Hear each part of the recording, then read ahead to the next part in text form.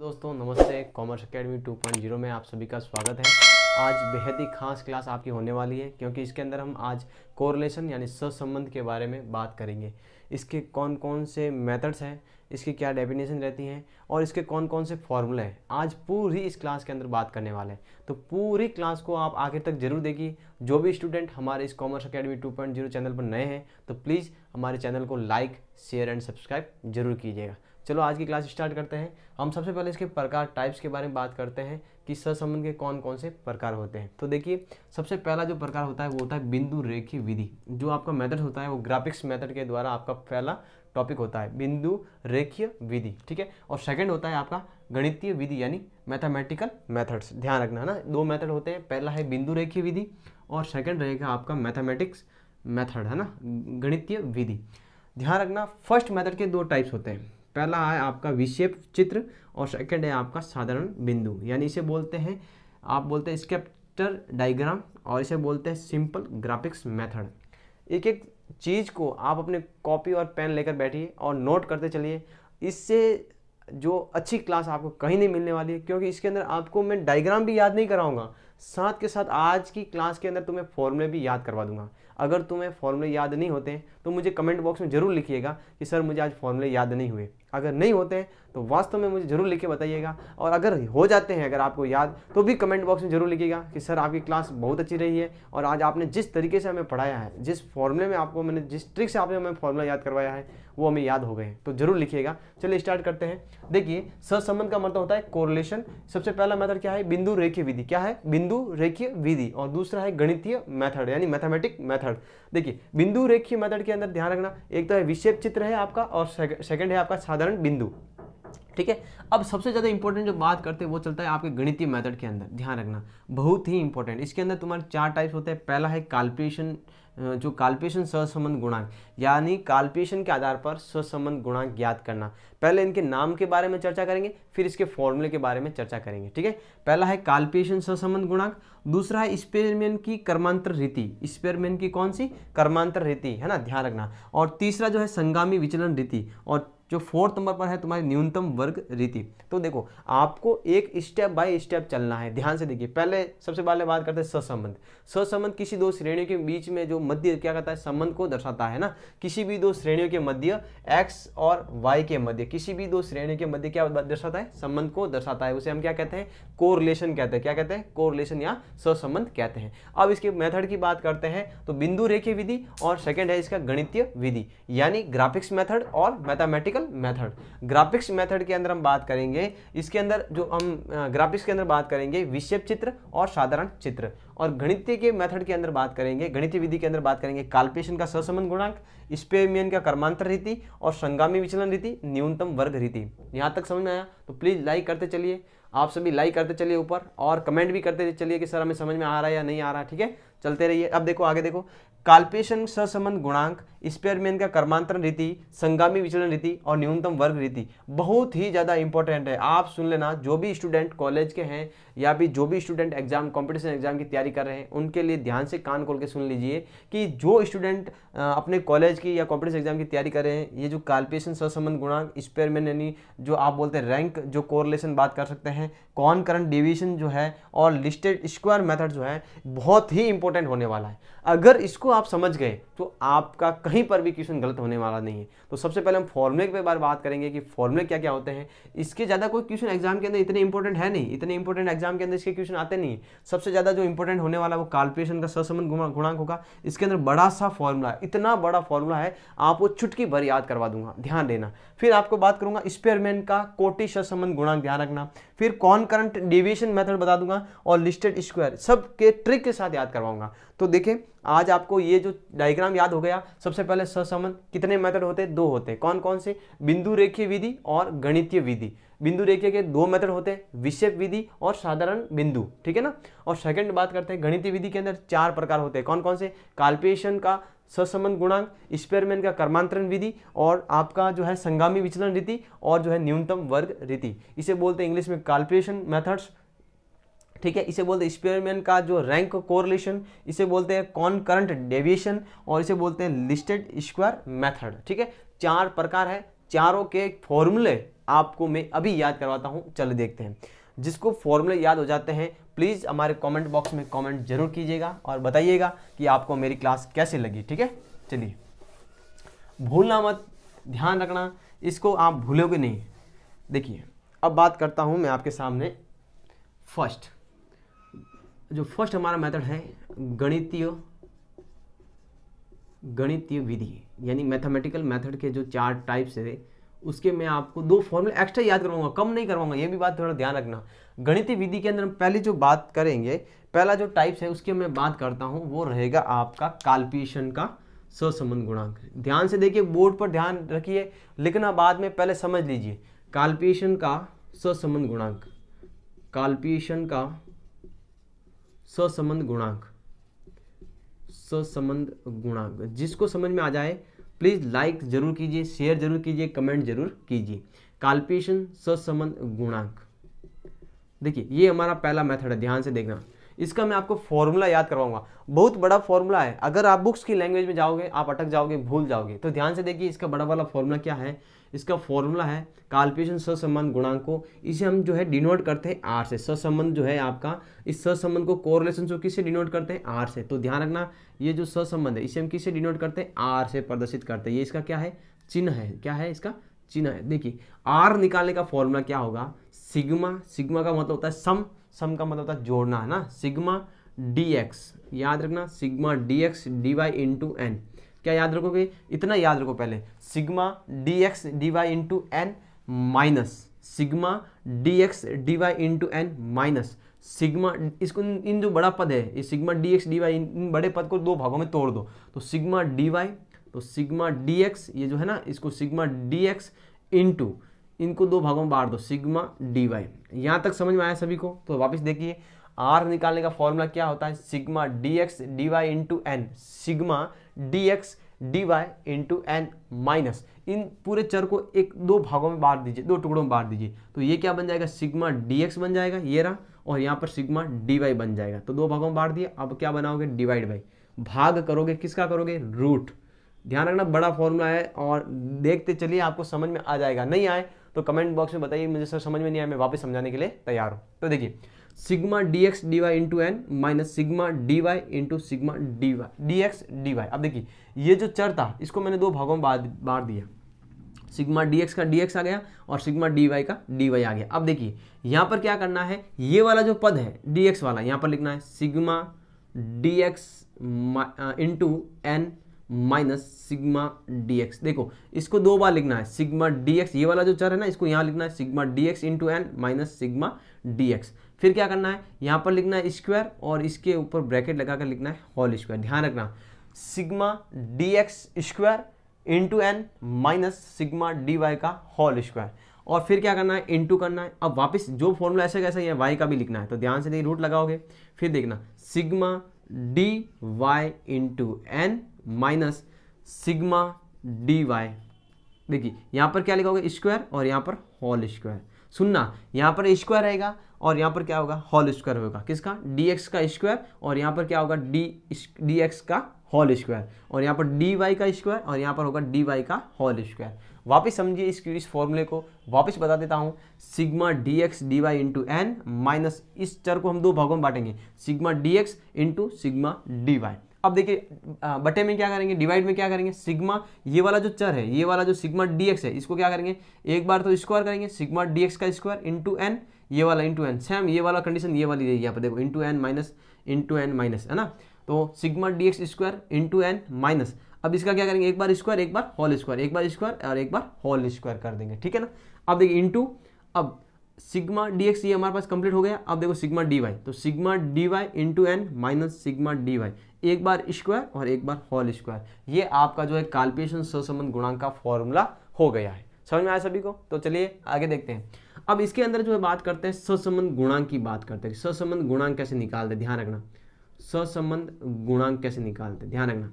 तो सहसंबंध गुणांक निकालने के लिए आपको मैं एक फॉर्मूला बता देता हूँ, extra formula, coefficient of correlation. Coefficient of correlation कैसे निकालते हैं इसका भी फॉर्मूला देख लीजिए, क्योंकि कभी कभी एग्जाम के अंदर आपको सिर्फ यही कहता है कि निम्नलिखित दो श्रेणियों के मध्य सहसंबंध गुणांक ज्ञात कीजिए। तो कैसे निकालोगे सहसंबंध गुणांक, यानी कोफिशिएंट ऑफ कोरिलेशन निकालने के लिए फॉर्मूला होता है सिग्मा dx dy, यही सिग्मा dx dy ये पूरा वाला चर divide by n into standard x into standard y, ठीक है ना। ये फॉर्मूला वापस याद कर लीजिए। कोफिशिएंट ऑफ कोरिलेशन निकालने का फॉर्मूला क्या होता है sigma dx dy divide by n का मतलब होता है पदों की संख्या, क्या होता है नंबर ऑफ आइटम, पदों की संख्या, ठीक है, पदों की संख्या। और आपका सिग्मा का मतलब होता है योग, क्या होता है योग यानी सम, ठीक है, आप समझ में आया सभी को। और इस अदाना का मतलब होता है स्टैंडर्ड डिविएशन, क्या होता है स्टैंडर्ड डिविएशन यानी परमाप विचलन, ठीक है, ये मैंने बता दिया है। आप सभी मेरी प्लेलिस्ट में जाकर अपने परमाप विचलन यानी स्टैंडर्ड डिविएशन वाले जाकर क्लास दे सकते हैं, ठीक है ना। अब देखो ये समझ में आया सभी को। सहसंबंध गुणांक निकालने का फॉर्मूला क्या होता है coefficient of correlation sigma dx dy divide by n into standard x into standard y, ये आपका काल्पेशन का सहसंबंध गुणांक। और आपका सहसंबंध गुणांक कैसे निकालते हैं मैंने आपको बता दिया है ना। काल्पेशन के आधार पर कोफिशिएंट कैसे निकालते हैं, कोरिलेशन कैसे निकालते हैं और कोफिशिएंट ऑफ कोरिलेशन कैसे निकालते हैं, इसका दोनों का मैंने फॉर्मूला बता दिया है। अब बात करते हैं हमारे सेकंड पॉइंट की बात करते हैं कि सेकंड पॉइंट के अंदर कौन सा सूत्र था आपका। देखिए अब हम बात करते हैं स्पेयर का कर्मांतर रीति, ध्यान रखना बहुत इंपॉर्टेंट है, इसका भी एग्जाम के अंदर क्वेश्चन आता है। इसका जो सेकंड पॉइंट है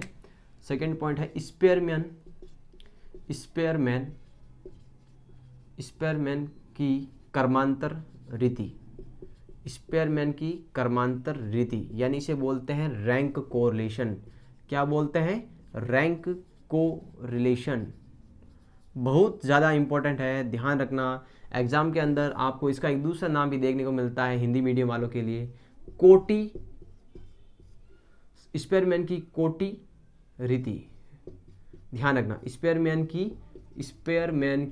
कोटि विधि, ध्यान रखना, स्पेयरमैन की कोटि विधि, ध्यान रखना। ये दूसरा नाम है हिंदी मीडियम वालों के लिए, और लिख देता हूँ। तो हिंदी मीडियम वाले ध्यान रखना, एग्जाम के अंदर आपका नाम चेंज करके भी आ सकता है, स्पेयरमैन की कर्मांतर रीति भी आ सकता है और स्पेयरमैन की कोटि सहसंबंध गुणांक भी आ सकता है, ध्यान रखना ना, आगे सहसंबंध गुणांक भी जोड़ सकता है। तो ध्यान रखना इसका इंग्लिश में नाम वही रहेगा, आपका रैंक कोरिलेशन ही रहेगा। तो इसमें इंग्लिश मीडियम वालों को कोई दिक्कत रहेगी नहीं, कहीं पे भी डाउट रहेगा नहीं। हिंदी मीडियम वालों के ध्यान रखना स्पेयरमैन का कर्मांतर रीति और स्पेयरमैन का कोटि रीति यानी कोटि सहसंबंध गुणांक ज्ञात करना रहेगा, ठीक है। इसका जो फॉर्मूला रहेगा रैंक निकालने के लिए, इसे हम किसे डिनोट करेंगे RR से डिनोट करेंगे, किसे डिनोट करेंगे RR से। तो इसके फॉर्मूले अलग अलग कंडीशन पर अलग अलग प्रयोग में लेंगे। तो इसके दो मेजर फॉर्मूले मैं आपको बता देता हूँ। सबसे पहला जो फॉर्मूला रहेगा वो रहेगा 1 - 6 sigma d² divide by n bracket n² - n, ये इसका फॉर्मूला रहेगा। ध्यान से समझना, इसका फॉर्मूला जो रहेगा वो आपका रहेगा रैंक निकालना। क्या रहेगा रैंक निकालने का आपका फॉर्मूला रहेगा कि रैंक कैसे निकालते हैं। तो रैंक निकालने के लिए हम क्या करेंगे फॉर्मूला लगाएंगे 1 - 6 sigma d² divide by n bracket n³ - n। ध्यान रखना इस फॉर्मूले को हम क्वेश्चन के जब माध्यम से समझेंगे तब आपको ये फॉर्मूला और आसान लगने लगेगा। अब तो आप इतना ही समझो कि जो रैंक कोरिलेशन है, रैंक कोरिलेशन कैसे निकालते हैं, इसका फॉर्मूला क्या होता है 1 - 6 sigma d² divide by n bracket n² - n, ये याद रखना है। और अगर क्वेश्चन में अगर कभी संख्या रिपीटेड हो, जैसे कि आपको देखिए यहाँ पर अगर क्वेश्चन में अगर संख्या रिपीटेड हो, x और y दे रखा हो और कोई संख्या रिपीटेड हो, जैसे कि यहाँ पर 15 दे रखा है, यहाँ पर 20 दे रखा है, यहाँ पर 25 दे रखा है और 15 दे रखा है, और यहाँ पर y जो है आपका 25 दे रखा है और यहाँ पर 40 दे रखा है, यहाँ पर 25 दे रखा है और यहाँ पर 25 दे रखा है। तो यहाँ पर जो संख्या रिपीटेड हो रही है, देखो यहाँ पर 15 आ रहा है, यहाँ पर भी 15 आ रहा है, यहाँ पर भी 25 आ रहा है, यहाँ पर 25 आ रहा है, यहाँ पर 25 आ रहा है। तो ये संख्या जब रिपीटेड आए, जब आपकी सीरीज के अंदर संख्या क्या आए रिपीटेड आए, तो आपको क्या करना पड़ेगा दूसरा फॉर्मूला निकालना पड़ेगा। तो आपका रैंक कोरिलेशन निकालने का एक एक्स्ट्रा फॉर्मूला जो हो जाएगा वो होगा आपका बड़ा फॉर्मूला, थोड़ा ध्यान रखना 1 - 6 sigma d² divide by n³ - n, बात वही है, n को इसके साथ मल्टीप्लाई करोगे तो n³ बन जाएगा, n ये रहा। उसके बाद plus 1 divide by 12 bracket m³ - m, बस ये पद याद रखना, इसके एडिशन क्या ऐड हुआ, 1/12 bracket m cube minus m, ये आपका नया एडिशन हुआ। देखिए जितने ज़्यादा बार रिपीटेड संख्या होती है, जितनी अलग अलग संख्या रिपीटेड होगी, देखो यहाँ पर 15 कितनी बार हो रही है, 2 बार रिपीटेड हो रही है, यहाँ पर 25 कितनी बार और 3 बार हो रही है। तो ध्यान रखना यहाँ पर जो नई संख्या कितनी है, 15 है ना, एक, ये 15 रिपीटेड एक 2 बार हो रही है, एक बार यहाँ पर और यहाँ पर जो 25 25 है, यहाँ पर भी रिपीटेड हो रही है, यहाँ पर भी हो रही है, यहाँ पर भी हो रही है। तो यहाँ पर देखो संख्या कितनी है जो रिपीटेड होने वाली है, 2 संख्या, एक तो 15 है और एक 25 है। तो फॉर्मूले में क्या होगा, 2 बार लिखेंगे, तो a 1/12 m cube minus m। ध्यान रखना, ये मैं आपको क्वेश्चन सॉल्व करके बताऊंगा, प्रैक्टिकल क्वेश्चन सॉल्व करके बताऊंगा। तो पहले फॉर्मूले याद करो, अगर तुमने फॉर्मूले याद कर दिए तो आधी जंग जीत चुके हो तुम, है ना। ध्यान रखना, अगर तुम लोगों ने अगर फॉर्मूले याद कर लिए हैं तो आधी जंग जीत चुके हो, ये तुम तय मान लेना। अब देखिए रैंक कोरिलेशन का फॉर्मूला क्या होता है, मेरे साथ साथ बोलिए, 1 - 6 sigma d square divide by n bracket n square minus n, ये रहेगा। अगर मैं आपको ऐसे भी बोल दूं n क्यूब माइनस n तो भी चलेगा, ध्यान रखना, क्योंकि n को इससे मल्टीप्लाई करेंगे n स्क्वायर से तो n क्यूब बन जाएगा, माइनस n कर लेंगे। अब देखिए जब संख्या रिपीटेड हो, जब संख्या क्या हो, पुनरावृत्ति हो, ठीक है, पुनरावृत्ति हो, अगर संख्याओं की क्या हो, पुनरावृत्ति हो, रिपीटेड हो, अगर संख्या क्या हो, रिपीटेड हो, तो ध्यान रखना आपको क्वेश्चन के अंदर ये ध्यान रखना, तो आप क्या करोगे, ये वाला फॉर्मूला लगाओगे, कौन सा, 1 - 6 sigma d square divide by n cube minus n plus 1/12 m cube minus m। अगर संख्या 2 बार रिपीटेड हो तो क्या लिखोगे, plus 1/12 m cube minus m। मतलब ये कि ये जो पद है ना, ये वाला, ये का पद यहाँ पर क्या करना है, पेस्ट करना है, कॉपी करके पेस्ट करना है। अगर संख्या 3 और हो, जैसे यहाँ पर 40 है और यहाँ पर 40 एक बार और आ गया, तो एक संख्या 15 रिपीटेड हो रही थी, एक 25 रिपीटेड हो रही और 40 2 बार रिपीटेड हो रही है, तो यहाँ पर क्या आ जाएगा, एक और आ जाएगा, 1/12 और m क्यूब माइनस m। जितनी बार संख्या रिपीटेड हो बस कुछ नहीं करना, कॉपी पेस्ट करना है, यहाँ पर लिया यहाँ पेस्ट किया, यहाँ लिया यहाँ पेस्ट किया, मतलब बात तो वही है, 1/12 m cube minus m plus 1/12 m cube minus m plus 1/12 और m क्यूब माइनस m, बस वही है, सिर्फ मान चेंज होगा। यहाँ पर संख्या 2 बार होगी तो यहाँ 2 का क्यूब हो जाएगा, यहाँ पर 3 बार होगी तो 3 का क्यूब हो जाएगा, यहाँ पर 2 का क्यूब हो जाएगा। ध्यान रखना, ये मैं जब क्वेश्चन कराऊंगा तब आपको अच्छे से समझ में आ जाएगा। आप सभी मुझे प्लीज कमेंट बॉक्स में बताइए कि काल्पनिक द्वारा सहसंबंध गुणांक में जो आपने सूत्र बताया वो समझ में आ गया, सहसंबंध गुणांक का जो फॉर्मूला वो समझ में आ गया, और स्पेयरमैन का क्रमांतर रैंक कोरिलेशन या स्पेयरमैन की कोटि सहसंबंध गुणांक जो है उसका फॉर्मूला आपको समझ में आ गया। तो जल्दी से जल्दी कमेंट बॉक्स में लिखिए मुझे और बताइए कि सर हमें समझ में आ रहा है, तो मैं नेक्स्ट अगला जो फॉर्मूला वो आपके सामने लिखता हूँ। तो देखिए इसका जो तीसरा जो पॉइंट रहेगा वो रहेगा संगामी विचलन रीति का। कौन सा रहेगा, संगामी विचलन रीति का। देखिए इतना जो आपका इतना बड़ा टॉपिक है वो मैं आपको बस चुटकियों में समझाने वाला हूँ, बस आप मेरी क्लास आखिर तक देखते रहिए। अब देखिए स्पेयरमैन का जो आपका फॉर्मूला रहेगा, इसे तीसरे नंबर में दे देता हूँ, इसे बोलते हैं संगामी विचलन रीति। क्या बोलते हैं, संगामी विचलन रीति। ध्यान रखना बहुत ही इंपॉर्टेंट है, ये 5 रीतियाँ तुम्हारे एग्जाम के अंदर बहुत ही ज़्यादा इंपॉर्टेंट, ध्यान रखना। संगामी विचलन रीति का फॉर्मूला तुम्हारा क्या बन जाएगा, इसे हम डिनोट करते हैं RC से, इसे बोलते हैं हम क्या बोलते हैं, कोरिलेशन। R को क्या बोलते हैं, कोरिलेशन, मैंने बताया था ये रहा। R को क्या बोलते हैं, कोरिलेशन, और C को बोलते हैं कॉनकरंट। क्या बोलते हैं, कॉनकरंट। ध्यान रखना, कॉनकरंट मेथड, यानी कॉनकरंट डेविएशन मेथड आप बोल सकते हैं, concurrent deviation method, concurrent deviation method, ये ध्यान रखना। तो ध्यान रखना R को क्या बोलते हो आप, कॉनकरंट बोलते हो, और C को क्या बोलते हो, कॉनकरंट बोलते हो ना। तो ये बोलते हो कोरिलेशन कॉनकरंट। तो ऐसे भी बोल सकते हो कि जो आपका कॉनकरंट जो डेविएशन मेथड है उसके आधार पर आपको क्या करना है, सहसंबंध गुणांक ज्ञात करना है। इसका फॉर्मूला इतना सरल है कि बस आप देखते ही याद कर लोगे, बस आपको देखना जरूर है और आपको देखते ही याद हो जाएगा। तो इसका फॉर्मूला मैं लिखता हूँ आपके सामने, देखिए इसका फॉर्मूला है, रूट बना दीजिए, यहाँ पर प्लस माइनस, यहाँ पर भी प्लस माइनस। आपको जो ये C दे रखा ना, ये वाला C RC दे रखा ना, इस C को यहाँ कॉपी करके पेस्ट लिखना है, तो इसके साथ 2 से मल्टीप्लाई करना है, तो 2C minus n divide by n। देखो फॉर्मूला बन गया, चुटकियों में बन गया, आपको सामने देखा और फॉर्मूला बन गया। कैसे बना, देखिए प्लस माइनस, रूट तो मैंने लगा ही था, plus minus 2C minus n divide by n। एक बार वापस देखिए कैसे बनाया मैंने फॉर्मूला, बहुत ही सिंपल है। RC को क्या बोलते हैं, कॉनकरंट डेविएशन मेथड। क्या बोलते हैं, कॉनकरंट डेविएशन मेथड। रूट लगाओ, क्या लगाओगे, रूट लगाओगे, प्लस माइनस, ये जो C है ना, ये C, इसको 2 से मल्टीप्लाई करो, 2C minus n divide by n, 2C minus n divide by n, ये फॉर्मूला बन जाएगा। क्या फॉर्मूला बन जाएगा, plus minus root plus minus 2c minus n divide by n, ये तुम्हारा जो है आपका कॉनकरेंट डेविएशन मेथड का फॉर्मूला बन जाएगा। अब जो तुम्हारा रहेगा लास्ट जो मेथड है उसका फॉर्मूला तुम ध्यान से देखना, वो थोड़ा टिपिकल है, वो थोड़ा याद करवाना आपको थोड़ा यूँ लगेगा अटपटा, लेकिन इतना इजी इतना हार्ड नहीं है, थोड़ा इजी है, बस थोड़ा उसको समझना, उसकी लैंग्वेज थोड़ी हार्ड है ना। देखो जो तुम्हारा फोर्थ जो पॉइंट है वो तुम्हारा है न्यूनतम, क्या है, न्यूनतम वर्ग विधि, न्यूनतम वर्ग विधि, क्या है, न्यूनतम वर्ग विधि। बस आप अपनी क्लास में बने रहिए, आपको समझ में आ जाएगा, ठीक है। अब देखिए न्यूनतम वर्ग विधि का जो फॉर्मूला है वो आपको दो बातों से याद रखना, एक तो सिग्मा एक्स से याद रखना है और एक सिग्मा एक्स वाई से याद रखना है। किससे याद रखना है, एक तो सिग्मा एक्स से याद रखना है और एक सिग्मा वाई से याद रखना है। यहाँ पर ध्यान देना, यहाँ पर ध्यान देना, मैं यहाँ पर जो आपको बताऊँगा, यहाँ पर जो मैं बात बोलूँगा ना, मैं आपको मना कर रहा हूँ ना, NA ना, फिर बताऊंगा ना, बी ई, इसे ई बोलेंगे, इसे तो बोलते सिग्मा बोलते, लेकिन आपको याद करवाने की ट्रिक बता रहा हूँ। देखो इसे क्या बोलते हैं, सिग्मा एक्स, और इसे बोलते हैं सिग्मा एक्स वाई। क्या बोलते हैं, सिग्मा एक्स और सिग्मा एक्स वाई। देखिए मैं बोलता हूँ ना प्लस बख्श, ना बख्श। आपने एक फिल्म देखी होगी माँ तुझे सलाम, उसके अंदर पता है आपको एक नाम होता है अल्लाह क्या बोलते हैं उसको, अल्लाह बख्श है, क्या नाम है उसका, एक जो सनी देओल के साथ में जो हीरो होता है उसका नाम होता है अल्लाह बख्श, ऐसा कोई नाम होता है। तो इसका मतलब होता है ना बख्श, इसे क्या बोलते हैं, ना बख्श। ध्यान से सुनिएगा, ना बख्श, किसी को ना बख्श, ना बख्श, ठीक है। फिर देखना ना बख्श, क्या मैंने बताया, ना बख्श। फिर अक्ष, अक्ष, अक्ष, ना बख्श, ना बख्श, अक्ष, अक्ष, अक्ष, ना बख्श, अक्ष प्लस बख्श का होल स्क्वायर।